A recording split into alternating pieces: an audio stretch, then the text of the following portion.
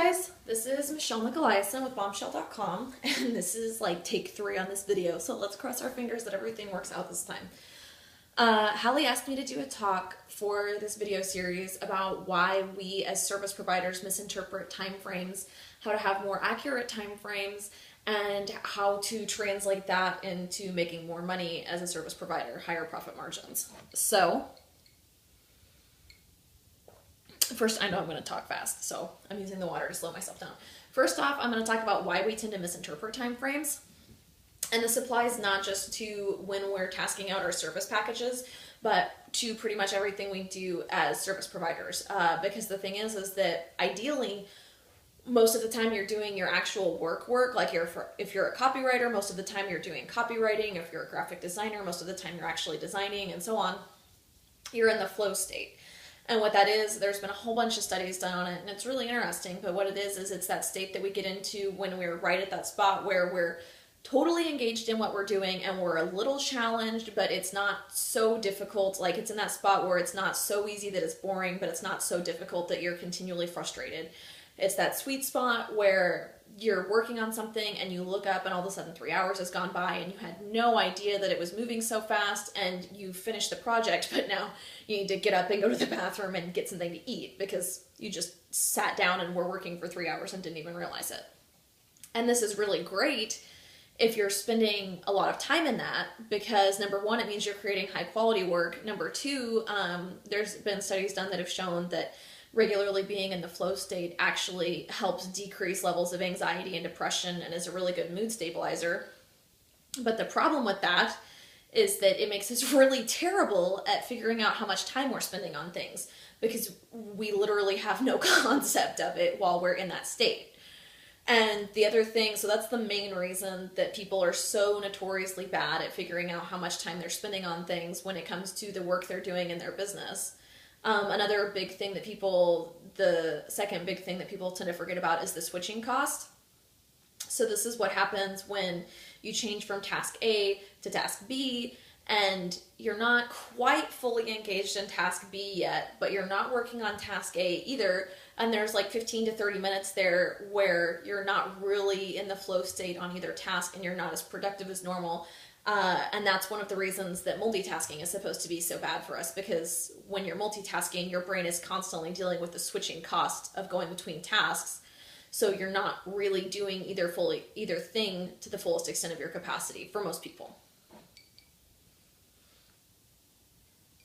So those are the two main reasons why service providers tend to be so bad at providing accurate time estimates for things.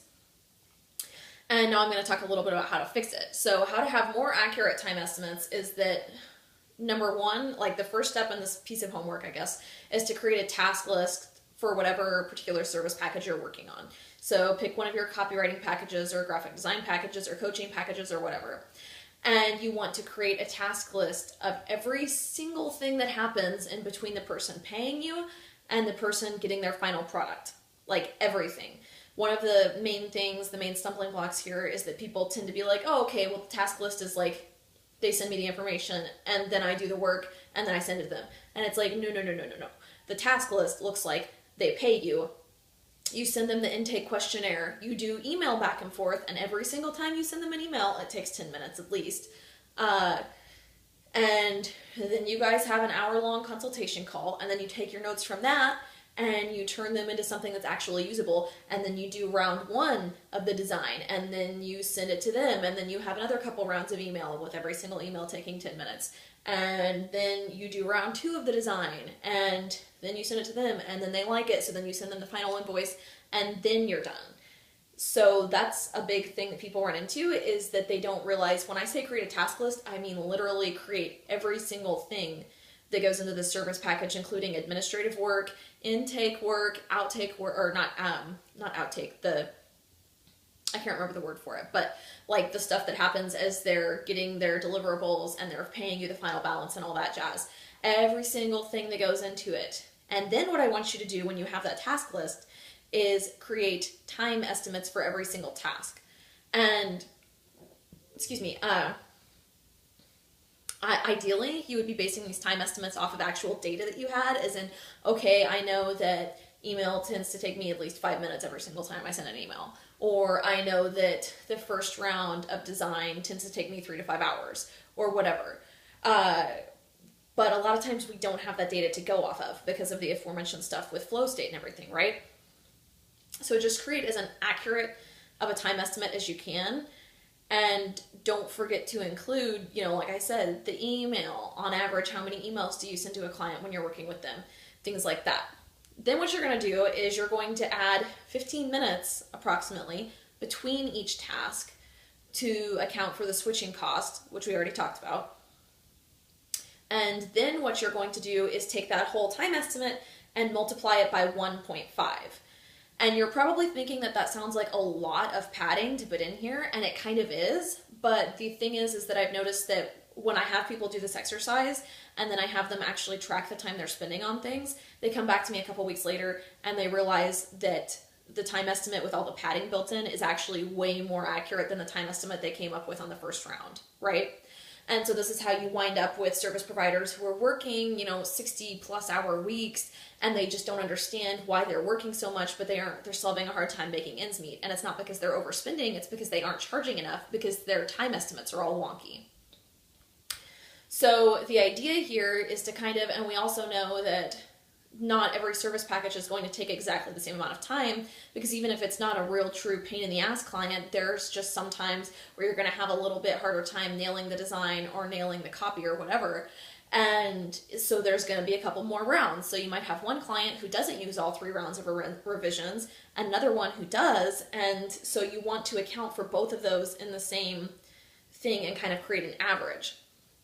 So now, after you've gone through those things, you've created the task list, including everything. You've added 15 minutes between tasks to pad it for the switching cost, and then you've multiplied that total time by 1.5. That gives you this range, and you want to make sure that your service price still makes sense at the higher end of the range, that you're still making, if you spend 20 hours on this service package instead of 15, you're still making your desired hourly rate that is still enough for you to pay the rent and clothe your kids and feed yourself and all that jazz, because that's where we tend to really trip up. So I know that that was a lot, and I know that despite my best intentions, I probably talk fast. If you have any questions about it, feel free to leave a comment below the video or in the Facebook group. There's a product in my shop, which is at bombshell, bombchelle.com/shop, called the Kick Burnout Kit, which has worksheets accompanying all of that and walks through that and a couple other different things that tend to cause burnout for service providers, and it shows you how to prevent that. And I also just debuted a self-study course called Rock Your Systems, which touches on this and is more of like a comprehensive overview of foundational systems for your business and how to create a plan for the next 12 months for your business using systems and your priorities that's not going to make you burned out. So I hope you enjoyed. Let me know if you have any questions, and have a great day.